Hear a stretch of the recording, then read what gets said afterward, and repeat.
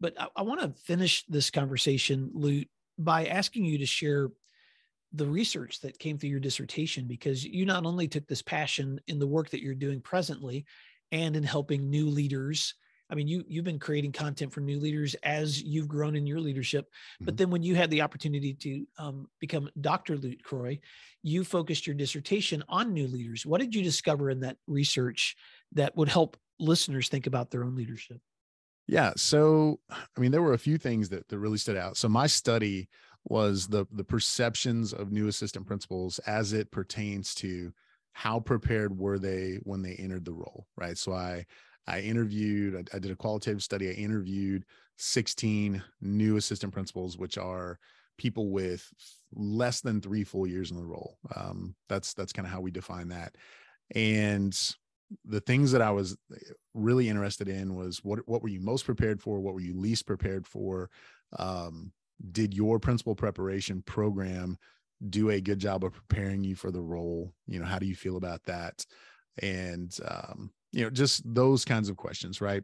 So all the research, as I'm writing my literature review, all of the research says that overwhelmingly people aren't prepared for quote unquote instructional leadership when they step into the role. And surprisingly, most of the people in my study said that was actually something they felt most prepared for.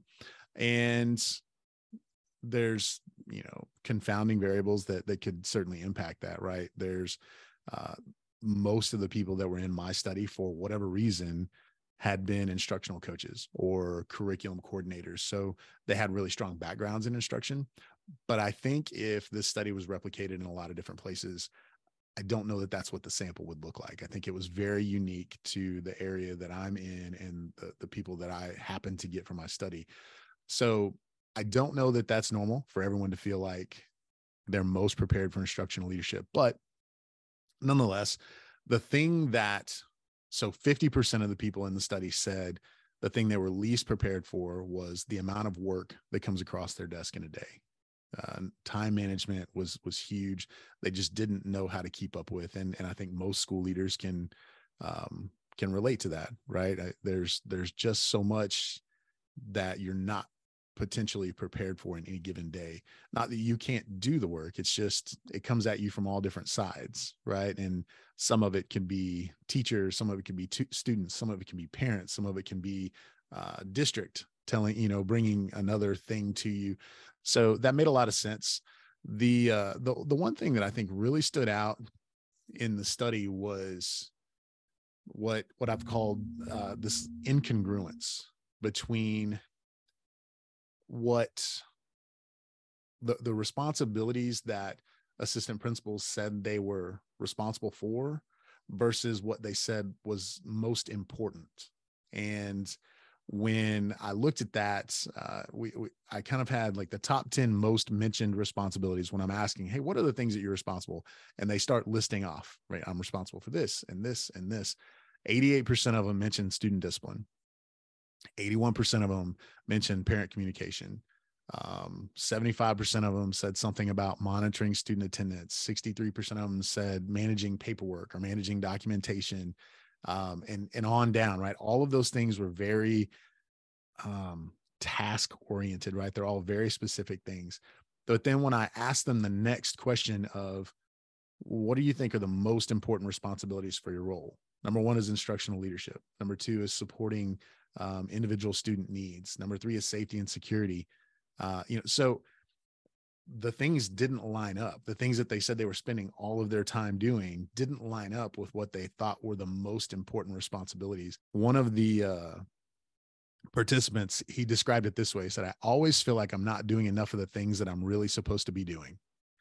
And I think a lot of school administrators can relate to that. I know for me, right, I talked about these 2 women that poured into me and multiplied their leadership through me. And I got all excited about, I'm going to be able to pour into teachers and I'm going to multiply my leadership through them. And they're going to have this fantastic impact on students.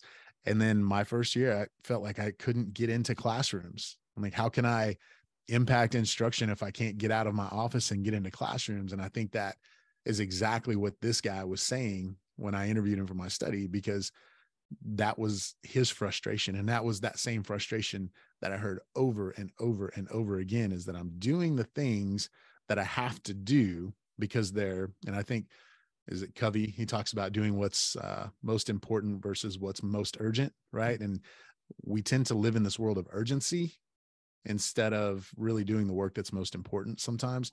So that was a huge piece, and trying to communicate when I talk to aspiring administrators or when I'm doing coaching work, helping them identify, okay, this is going to come up. Mm-hmm. It may feel super urgent, but there are very few things that have to be done right now. And getting them to understand the time and how to use their time appropriately is a really big piece of that. And helping them understand how to put systems in place that can handle some of these responsibilities while you're doing the work that needs to be done of getting into classrooms.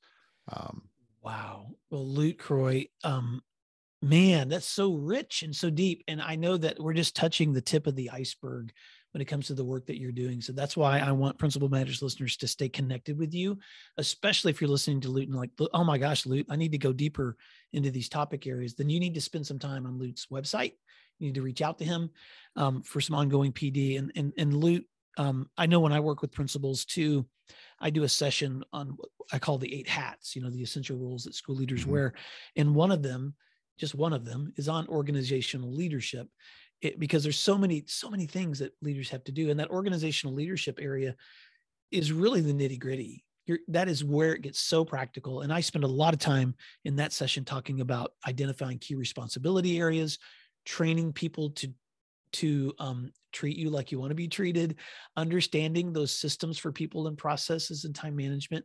So man, this is golden, because these are the kinds of things that leaders really need to be able to work into their craft, so that they're not overwhelmed all the time, so that they can find joy in their work again, so that they can really work on the strengths that they have. And so Principal Managers listeners, as we wrap up this time, and I'm so sorry we're coming to the end of our time today, Lute, but as we wrap up this time together, I want listeners to be able to stay connected with you.